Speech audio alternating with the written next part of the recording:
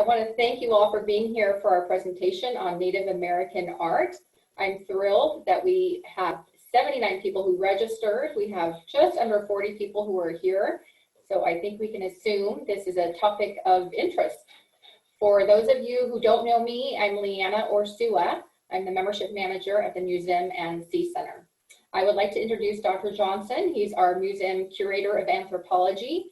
Dr. Johnson has been with the museum for 34 years, so he has quite a bit of museum history behind him. Dr. Johnson will be speaking for about 30 to 35 minutes. We will then open up the floor for questions. If you do have a question, you'll just want to type that into the chat bar that's down at the bottom of your screen. We will be showing some specimens tonight, so if you have a question about a particular specimen, Dr. Johnson has allowed me to interrupt him with your question.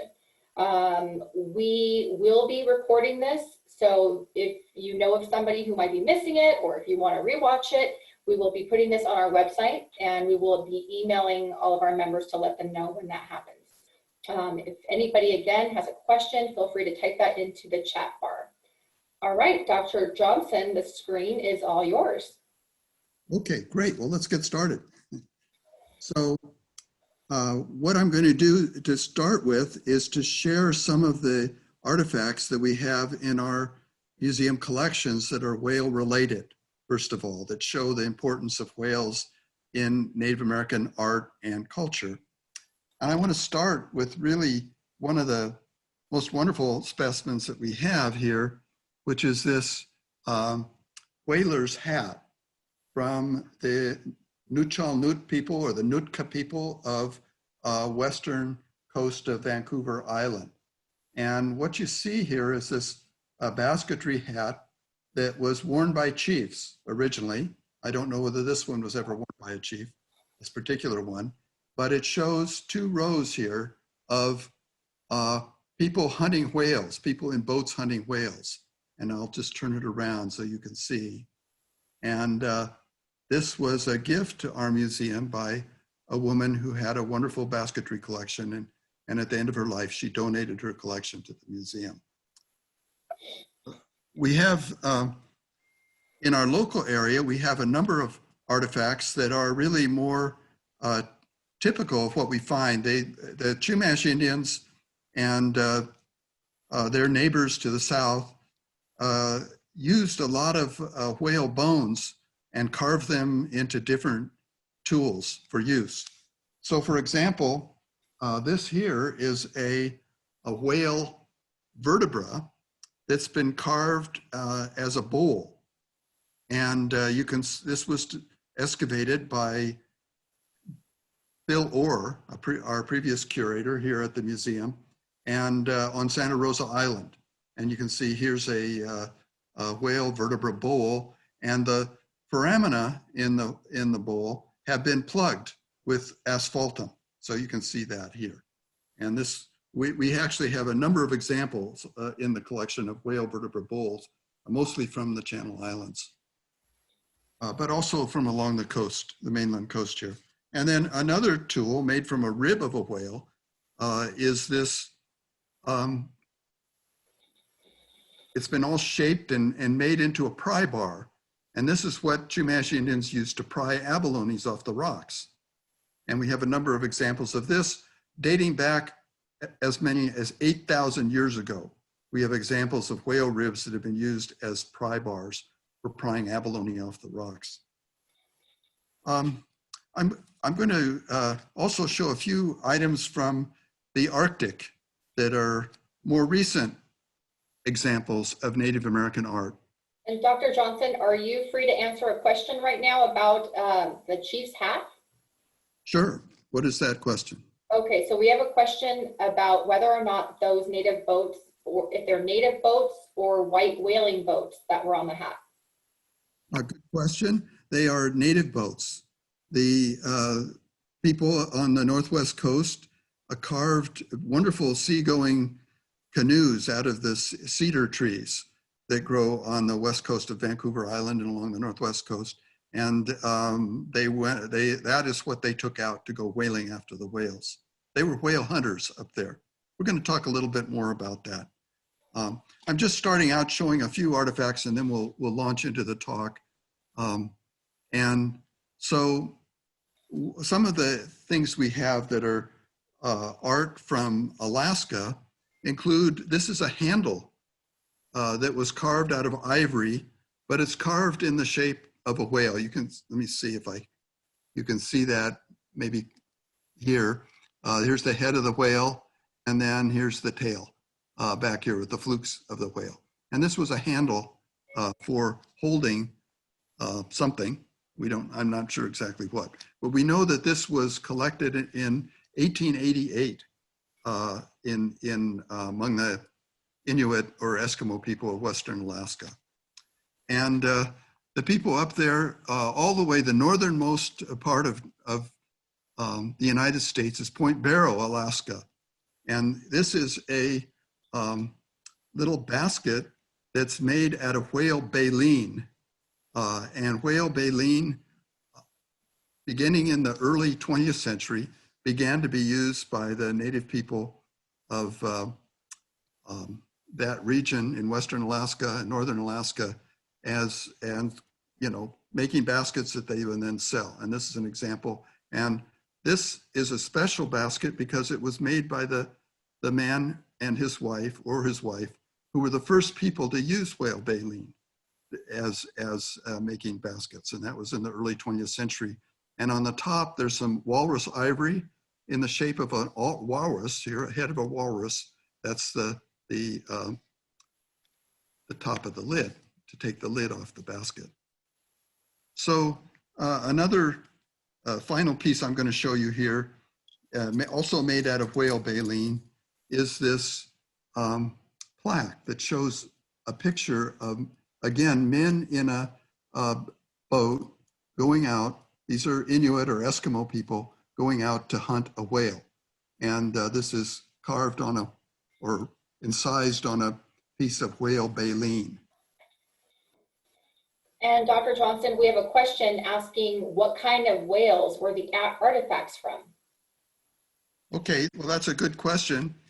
We know that from DNA tests that have been done on whale bones, that the most popular whale that was hunted up on the west coast of Vancouver Island was the humpback whales and the gray whales. Those two were the species that they would mostly go after when they were hunting.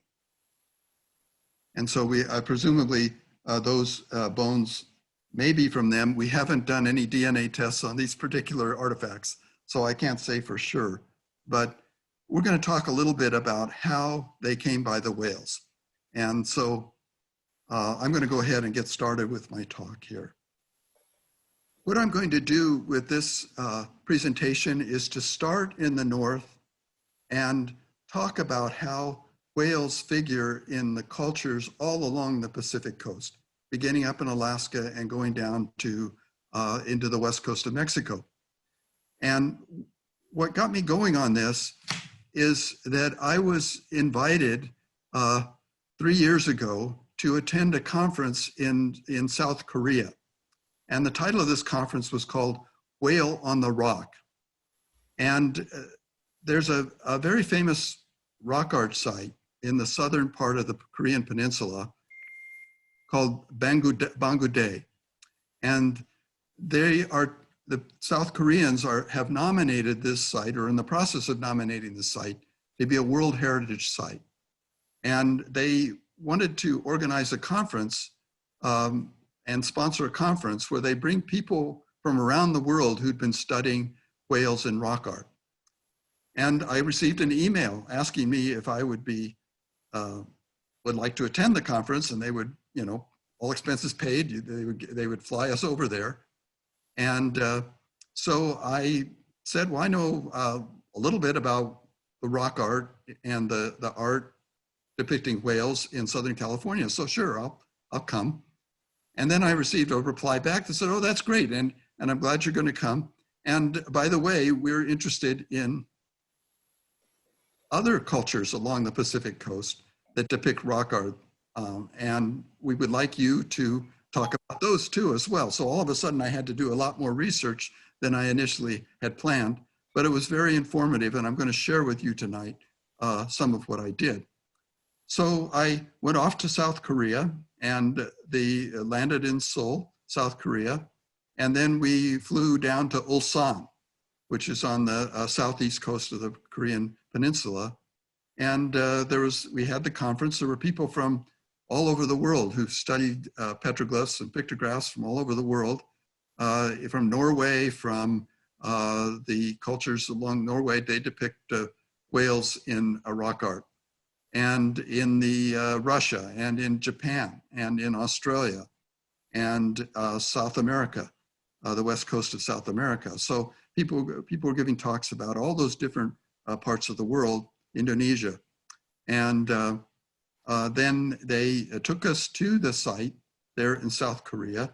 They have a whole museum dedicated to just whales in the rock art and rock art in that area, that part of South Korea. This is the entrance to the museum. And there's a trail that we walked to go and visit the site itself. And this is the location where the Bangude petroglyphs are located on that rock panel across the creek there.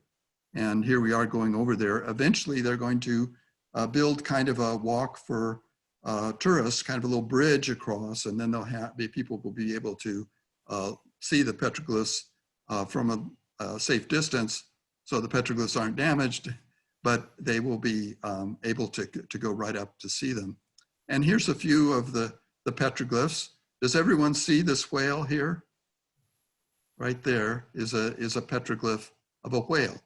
There's about 50, I think 57 petroglyphs of whales at this particular site. There's other animals depicted too, tigers and pigs and dogs and other things, but whales are the dominant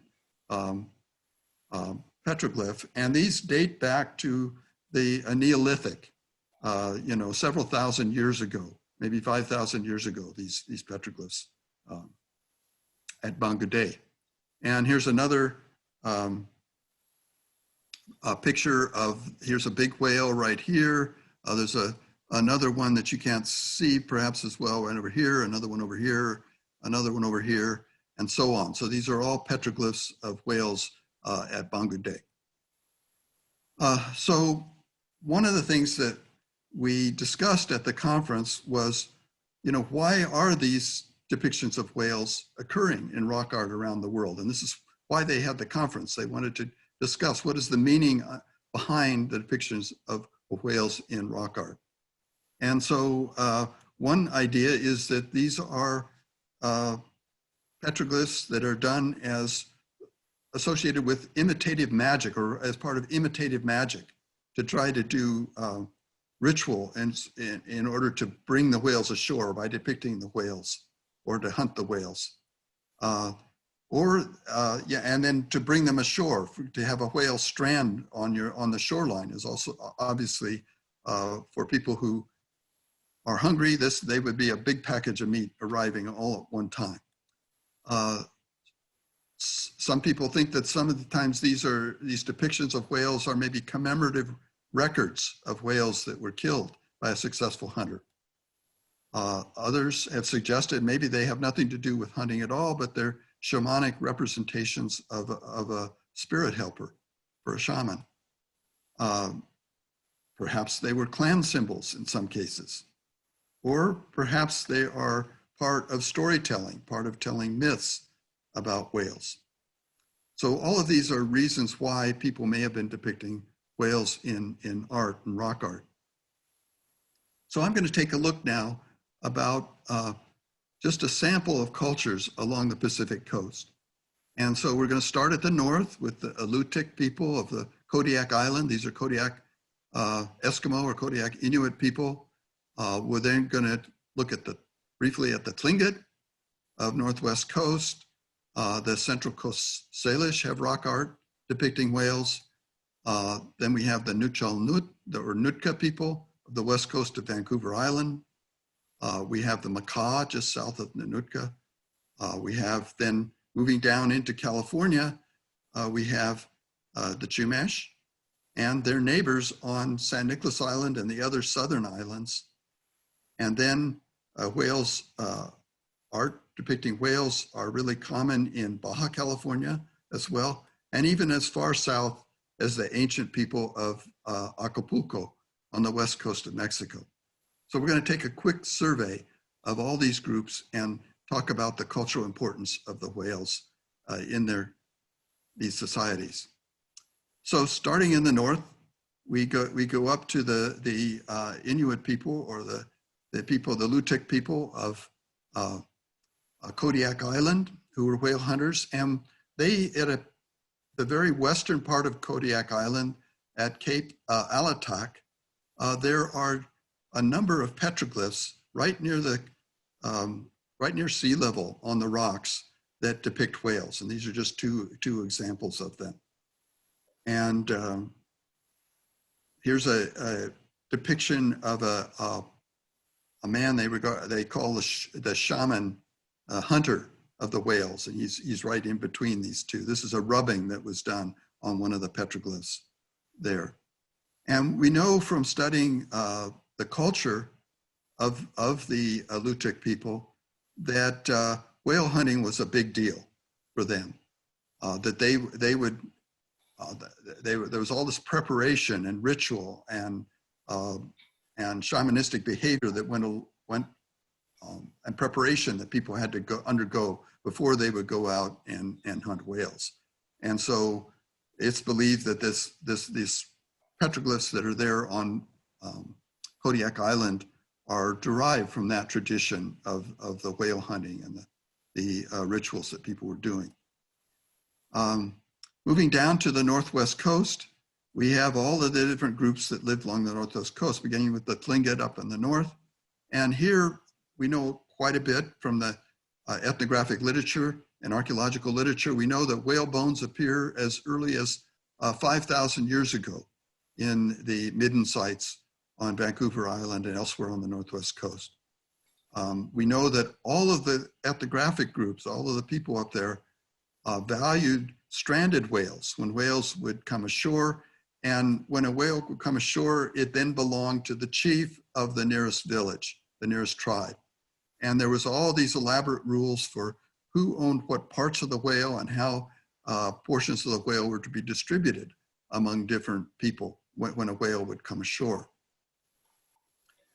The actual hunting of whales was strongest among the people of the west coast of Vancouver Island.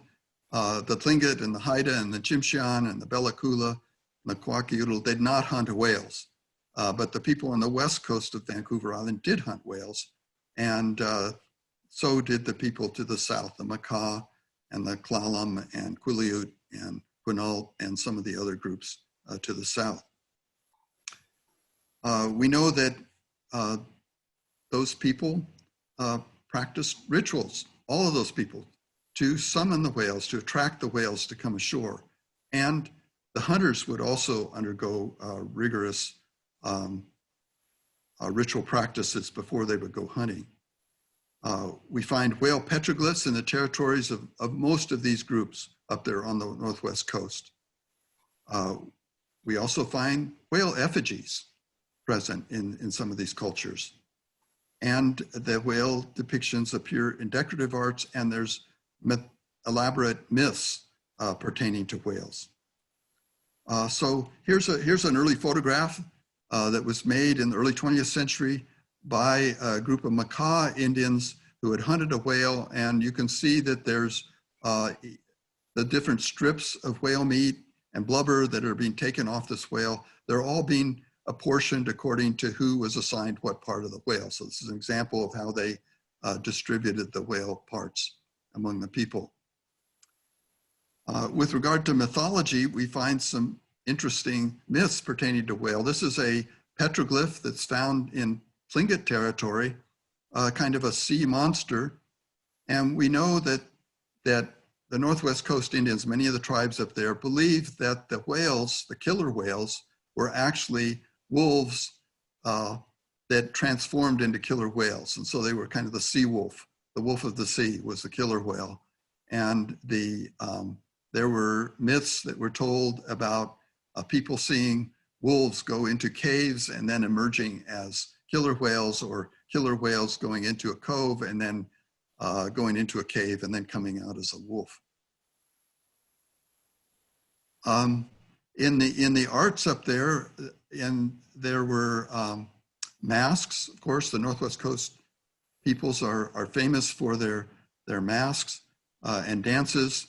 And this is an example that's in our museum collection that was collected by Max Fleischmann, for whom Fleischmann Auditorium is named. He was president of our board of trustees.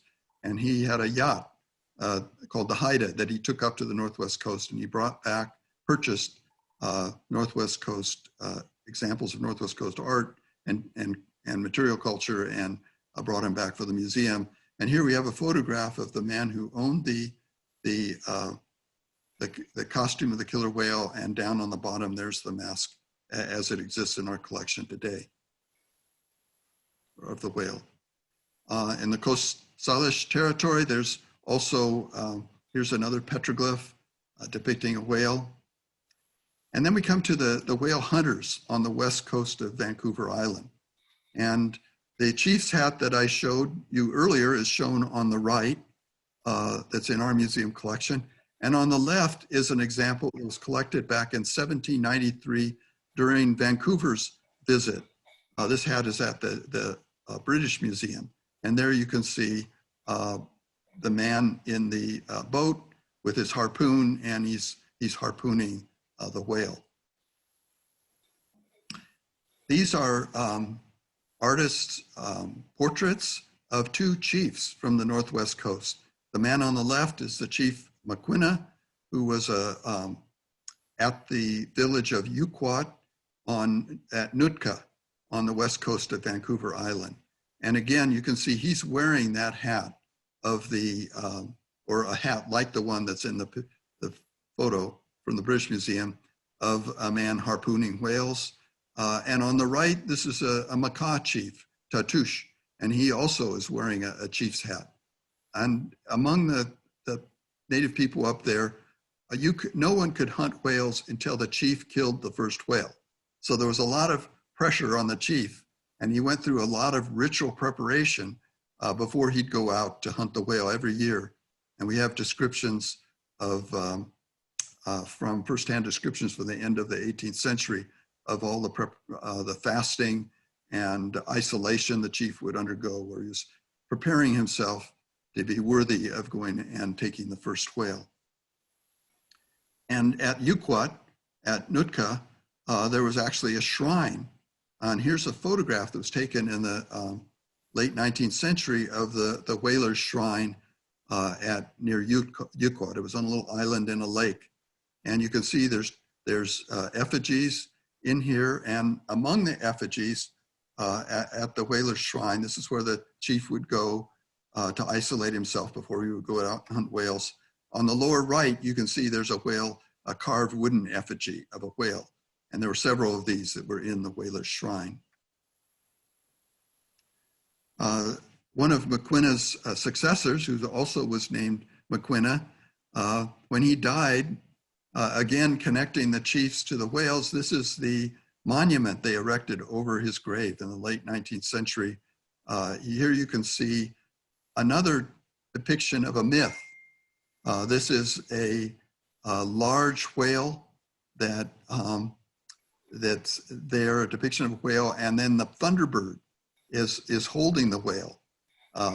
Because the people of the Northwest Coast believe that that during a storm, when there's thunder and lightning, the thunder was the Thunderbird, and the lightning were the harpoons of the Thunderbird. The Thunderbird was out hunting whales.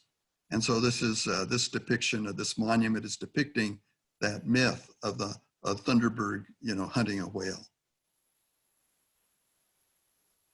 Now, one of the most famous archaeological sites on the Northwest Coast is in the state of Washington on the west coast of the Olympic Peninsula. And this is the site of Ozette. This was a village that was buried by a mudslide that buried the village and sealed in the homes and the artifacts of the people who lived there. And one of the amazing discoveries that came out of the excavations there is this dorsal fin carved wooden replica of a dorsal fin of a whale inlaid with sea otter teeth.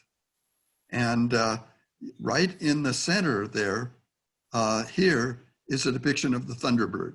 This is the thunderbird here. And so we know from the ethnographic literature that the dorsal fin of the whale was the prize, that when a whale was successfully killed, they would cut out the dorsal fin and then bring it to the man's home who was successful in killing the whale, and he would keep the dorsal fin, but there would also be a big ritual where there would be the next day where they would sit and pray with the dorsal fin of the whale, thanking the whale for giving itself for food for the people. And then down below, you can see there's another carving of a whale that also came from the site of Ozette.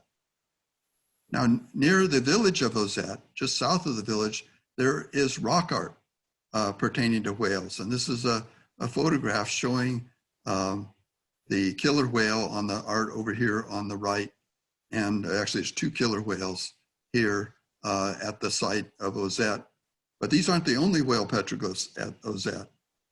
There's also a large carving of a gray whale there at the Ozette site that you see here. And right off the Olympic Peninsula, that's where the gray whales migrate when they're coming north, and you can see them there. And it's also the place where the killer whales would attack the gray whales at this location.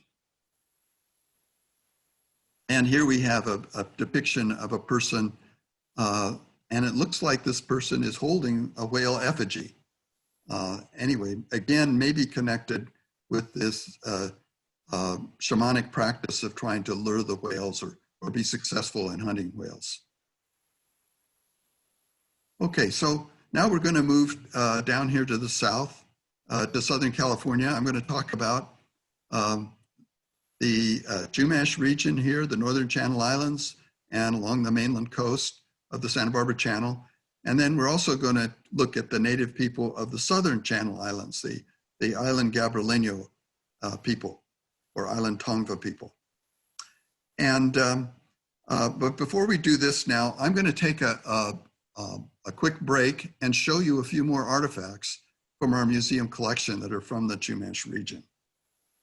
And if you have questions about these, you can type them into the chat. So one of the things that we found, or was found on Santa Rosa Island, is this particular piece here. Now, this may not look like much. It's a big barnacle. Do you see this barnacle? But what's interesting about this barnacle, it was found on Santa Rosa Island. This kind of barnacle only grows on gray whales. So this is an evidence that a whale had stranded and was harvested by the people who lived there at that village. We also find at the same village, this was excavated in in the 1950s by Phil Orr, our curator Phil Orr. We also have this, which is a whale tooth, sperm whale tooth that was found. So this is from a sperm whale in this case. And the Chumash would use the sperm whale teeth and the killer whale teeth when one of them would be stranded. They would harvest the teeth and carve them. And we have several examples of things here that were carved from the whale teeth. And this one's quite interesting. This was found actually not in the Chumash area. Here we go. Okay, here we go. This was found on San Clemente Island. And it was collected there by the people who had the concession back in the late 19th century, in the 1890s, where they're running sheep on the island. And then one of their descendants recently donated this to our museum. It's a whale tooth that's been carved and part of a whale tooth and then made into a wedge. And it's highly polished on the end. So we think that this may be used for scraping hides And that's how it developed the polish on it. And another example of a specimen made from a whale tooth is this particular artifact here. And can you see this? Okay. This is maybe a killer whale tooth that's been carved and it's decorated. You can't see that maybe, but it's got little designs on it. It's a fragment of one, but it was an atlatl spur. It was put into a shaft of a throwing stick or an atlatl. And the end of the spear would come right up against this little end here. Another interesting piece from our local region is this object here. It's carved from whalebone. It's a little figurine. Looks like a little man. And we don't know whether this was some kind of ritual importance or whether it was like a doll that maybe was used. But it's very unique, actually. We don't have any other examples that I know of depicting a person like you see here. And then we have this object here. This is a carving of an effigy of a whale. And we're going to talk a little bit more about what these were used for. I should mention, though, these are quite famous, these little carvings of whales. This is a genuine one, but many of the ones that you'll see, even depicted in books or at museums, are more like this one here. They're actually fakes that people carve them and sell them as though they were real, but they're not real. They were carved and sold as though they were art, but it's not a genuine carving by Chumash Indians. Okay, so let's then resume with our talk. The Chumash Indians, of course, lived directly adjacent to the sea and subsisted on marine resources. You know, the fish that they could catch, the shellfish they could gather, the marine birds they could hunt, the sea mammals that they would hunt. And when a whale would come ashore, it was feast time. This was a very important event when a whale would come ashore. And the Chumash Indians, much like the Indians that we just talked about up on the northwest coast, had rules for when a whale would come ashore and who got what part of the whale. It was the chief. According to the ethnographic information that we have, the chief would own the whale and he would apportion the whale to the different people in the village, just like they did on the northwest coast when a whale would be stranded. And we even have a Chumash myth about this, about a Chumash man named Tsuwoko, who was this is a myth that was related by Mary Yee, who was the last native speaker of the Chumash languages. And she said that there was an Indian named Tsuwoko, and he and his little brother were walking along the beach and they saw a whale that was thrashing about, and then stranded on the beach. And but Tsuwoko was very selfish. He wanted to have all the whale for himself. And so the whale's mouth was open and he told his little brother, go inside the whale's mouth. Maybe you can find some fish. And the little brother went into the whale's mouth and the whale shut his mouth. And the little brother was trapped inside the whale. But he had a knife with him and he was able to cut his way out. And he came out, he was really mad at his big brother for having fooled him that way. And the big brother wanted all the whale for himself. And the big brother was busy cooking the whale meat, boiling it in a big soapstone pot. And the little brother was so angry, he took the pot and broke it. But the big brother just ignored him. He just picked up the big piece of the pot and continued boiling the whale. And then a group of warriors came along. They were angry that Tsuwoko had not told them the whale had came ashore. And but Tsuwoko was able to vanquish the warriors with a special charm that he had. But eventually the people from the local village came, and they were all able to get parts of the whale, and they made fun of Sitwoko for thinking that he could eat it all himself. Anyway, that's an example of a Chumash story that tells us how important that whales were and how important it was to share too as well. So here are some other examples, some photographs of whale-borne artifacts in our museum. On the left, you'll see other examples of these whale vertebra bowls. On the upper right, that's the whale vertebra bowl that I showed you earlier. On the lower right is a scapula of a whale that has inlaid shell decorations. Some of the shells are missing, but it was a decorated scapula. And here's another example of a decorated piece of whale scapula. This is at the Smithsonian Institution, and this is Adelina Padilla, who's Chumash elder at Santa Ynez Reservation. This is a photograph of her holding this decorated piece of whale scapula.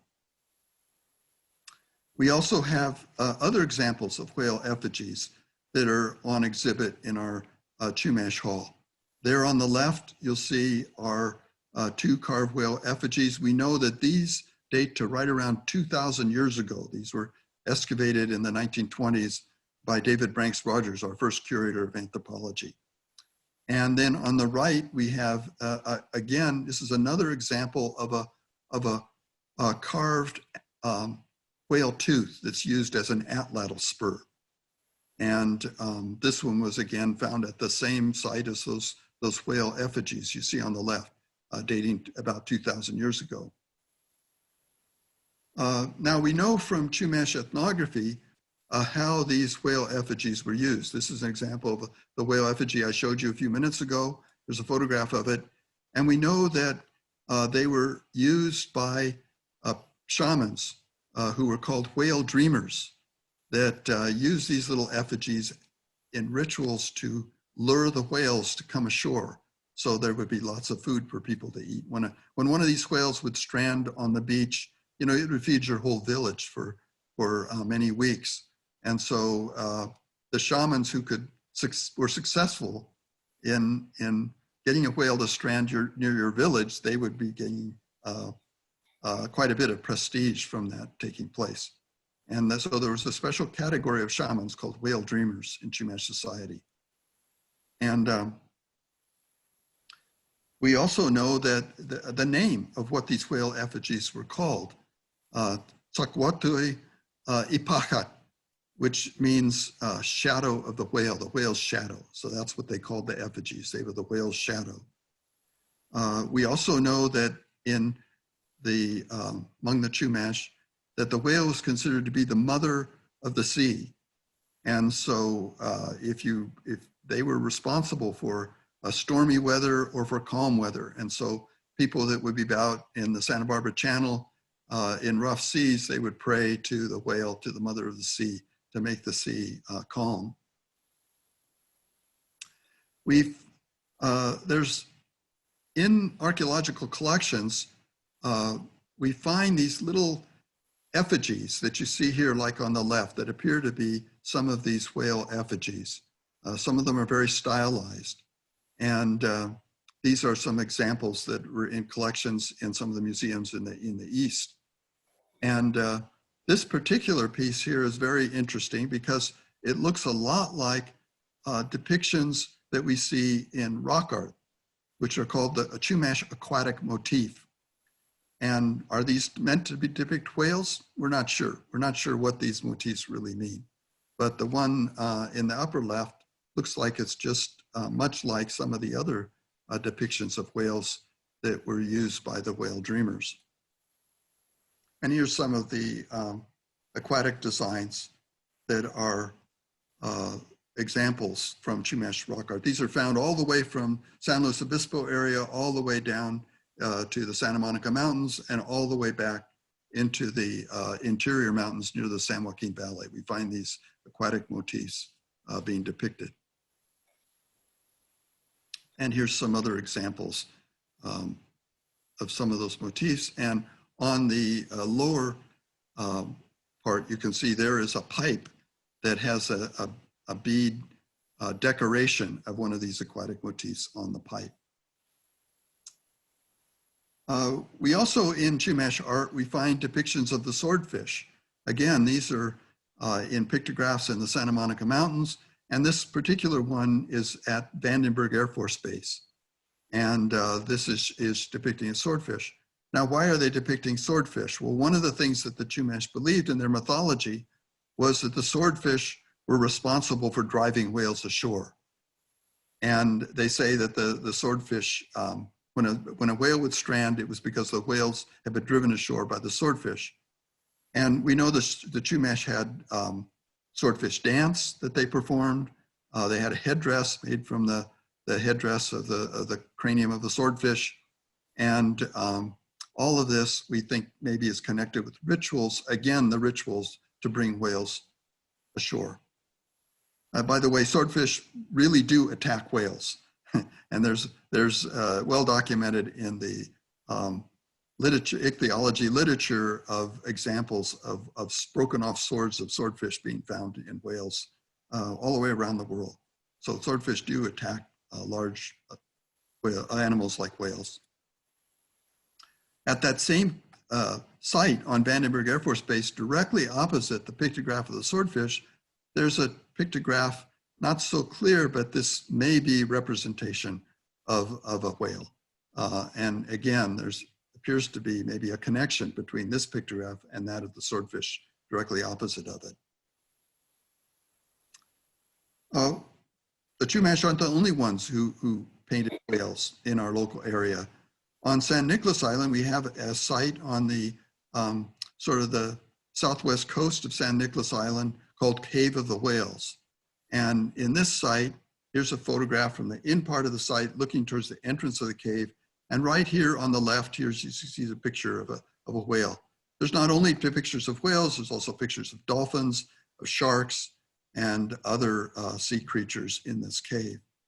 And here's a plan view of the cave in the upper left. And the two areas that I'm pointing to, the one on the left is the showing the pictographs. You can see them on the lower photograph. And then on the right, here's an artist's reconstruction of what those pictographs look like. And then on the arrow on the right is where there's petroglyphs of whales. And here's the panel there showing the petroglyphs of the whales carved into the sidewall of the cave. This is right at sea level. The sea comes right into the front entrance of this particular cave. So it's not a living cave, but it's a cave where apparently rituals are being conducted. Another thing that we find on San Nicolas Island, just like with the Chumash, we find these little carved effigies of whales. And on the upper slide there, or all of these, actually were found in one cache by a French anthropologist, Léon de Sauzac, who discovered them during an excavation in 1878 on San Nicolas Island. And these are at the Musée de l'Homme in Paris. Excuse me, now the Musée du Quai Branly in Paris. But it's not only the Chumash and the Nicoleños who carved whales. Also, these are two early drawings that were published in the 1870s of whale effigies that were discovered on Catalina Island, Santa Catalina. And Dr. Johnson, we do have a question. How can you tell the difference between a genuine and a fake effigy carving? Okay, that's a very good question. And so let me just get out of this for a minute and let me show you. So this little effigy here, there's several things that are characteristic. One, or that lead us to know that they are fakes. One is none of these have ever been found by an archaeologist. They've never been documented by an archaeologist. And so another clue is that they all look exactly alike. Whoever was making these things was generating a whole bunch of them. And so there's a whole bunch of duplicates, which is very unlikely that you would find that had they been real. And a third clue is that the beads that you see here, so you can see there's some bead applique. None of those are genuine Chumash beads here. These are all more recent beads that have been applied and put as an eye and at the side of the whale. So those are some of the reasons why we're certain that this is a fake artifact, not genuine. And then we also have a question asking, in South Korea, did they use rock chipping? Is that a petroglyph or painting? They were petroglyphs. They were carved into the rock or pecked into the rock and incised into the rock. Yeah. And then another question here, any evidence of whale ear bones being used by the Native Americans? We have found whale parts of the ears of whales in archaeological sites. There's no evidence that those were used, special use. I know of no examples of them being actually, you know, specially carved as an artifact or an effigy. So getting back to San Nicolas Island, one of the interesting discoveries on San Nicolas Island was the remains of a whalebone house, a house that was constructed of whale bones. And we actually know this was probably built and used by the lone woman of San Nicolas Island. And this is where she was discovered, on San Nicolas Island back in 1853, when George Nidever and his crew, Carl Dittman, and the other members of his crew were on the island, and they discovered her, and then she camped with them for some weeks while they were hunting sea otters, and then returned with them to Santa Barbara, and where she died and is buried at Mission Santa Barbara. Well, this is, they described this house where she was living, and so in the 1940, there was an archaeologist who was on San Nicolas Island as part of the Los Angeles County Museum expedition and discovered the remains of the whalebone house where she had been sitting.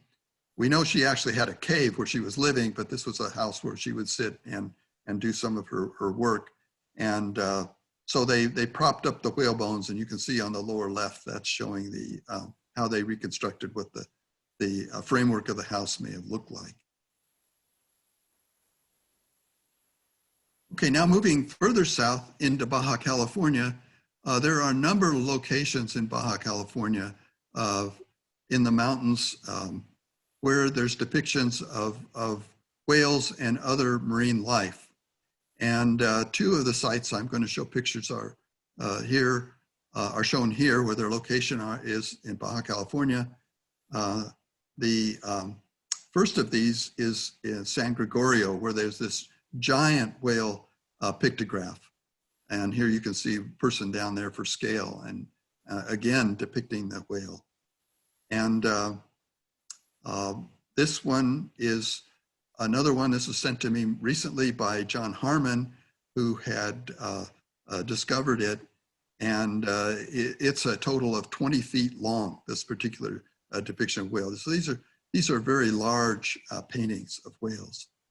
And here's another one, Greg Orfila, who was shown this site in 2017, just a few years ago. Again, there's a large red whale. You can't see this as well, but it's shown here. This is the big whale pictograph. And we know, going all the way back to the 1600s, how important whales were to the native people of Baja California. The Paracu people who lived down at the very southern cape of Baja California, Cabo San Lucas, are described. There was a whale that came ashore, and one of the early Spanish writers describes how the Paracu showed up and started carving off the pieces of the whale, and while they were doing that, the rival group, the Waikuru Indians, showed up and were going to fight the Paracu to try and get control of the whale. Both of them wanted that whale that had washed ashore because of the valuable meat that they could get from it. And the Spanish had to intervene to keep the two groups from warring with each other. So that's a story that's not too different than the Chumash story of the people coming, the warriors coming to try to take the whale that Silwoko was cutting up. And then finally, we get all the way down to the region around Acapulco. And this is an old 1628 drawing showing the bay of Acapulco here. And just south of Acapulco is another bay called Puerto Marquez. And one of the interesting things about Puerto Marquez is right on the edge of the bay. You have to take a boat to go out to see them, but there are petroglyphs. And the petroglyphs include this. Here's my photograph of it. You can see there's been some vandalism here, but you can see there's a carving of a whale. And then on the right, you can see this is what it looks like. And then on the upper right, there's a depiction of a swordfish. So just like the Chumash, there's depictions of the whales and also depictions of the swordfish. And they're also on the west coast of Baja California, of Acapulco. There at Puerto Marquez, there's a deep shell midden, and the analysis of the remains of the shell midden shows that there's been this maritime economy there that goes back, thousands of years into the past. So here's a table that summarizes everything that we've been talking about. All of the first column gives the cultures on the left. Then the second column, you can see there's the whether or not there are petroglyphs or pictographs in the territory of those people. Many of those groups have whale effigies or whales that are depicted in their visual arts. Whale hunting is only practiced by the people on the Western Olympic Peninsula and on Western Vancouver Island, and up on, of course, the coastal people, the Eskimo or Inuit people of coastal Alaska. But all of the groups, virtually all of the groups up and down the Pacific coast exploited the stranded whales that would come ashore. And many of them, the ones we know about, where there's enough information, we know that they also did rituals like the Chumash did for summoning the whales, for getting the whales to come ashore. And many of these groups, where there's enough information, we know that they had myths involving whales too as well. So in conclusion, not all the whale-related art was related to whale hunting. However, such art among the Lutic and the Nootka or Nut people probably is created by hunters who are seeking supernatural aid. The locations of many of these rock art sites located directly adjacent to the sea suggests a common connection to rituals to summon whales ashore. And similarly, the association of whale effigies with coastal shrines certainly applies their use in ritual magic to attract whales among a number of the different cultures where we have enough information. And that being said, there's some of the killer whale depictions like you see up on the Northwest coast, and whale-like creatures are likely derived from myths, but also stories connected with some of the clan stories of the clans up there on the Northwest coast. Okay, thank you very much. If there's any questions, I'd be happy to try and answer them. Okay, I see we have one question that just popped up. Can you see it, or do you want me to read it to you, Dr. Johnson? Yes, could you read it to me?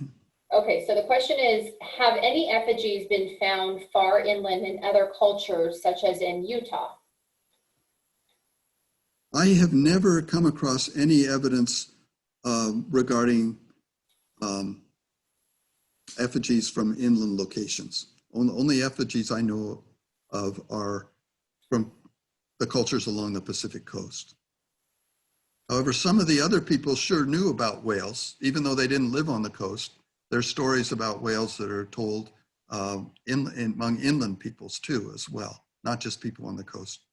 And there's widespread examples of myths that we call the Jonah myths. They're all about people being swallowed by whales.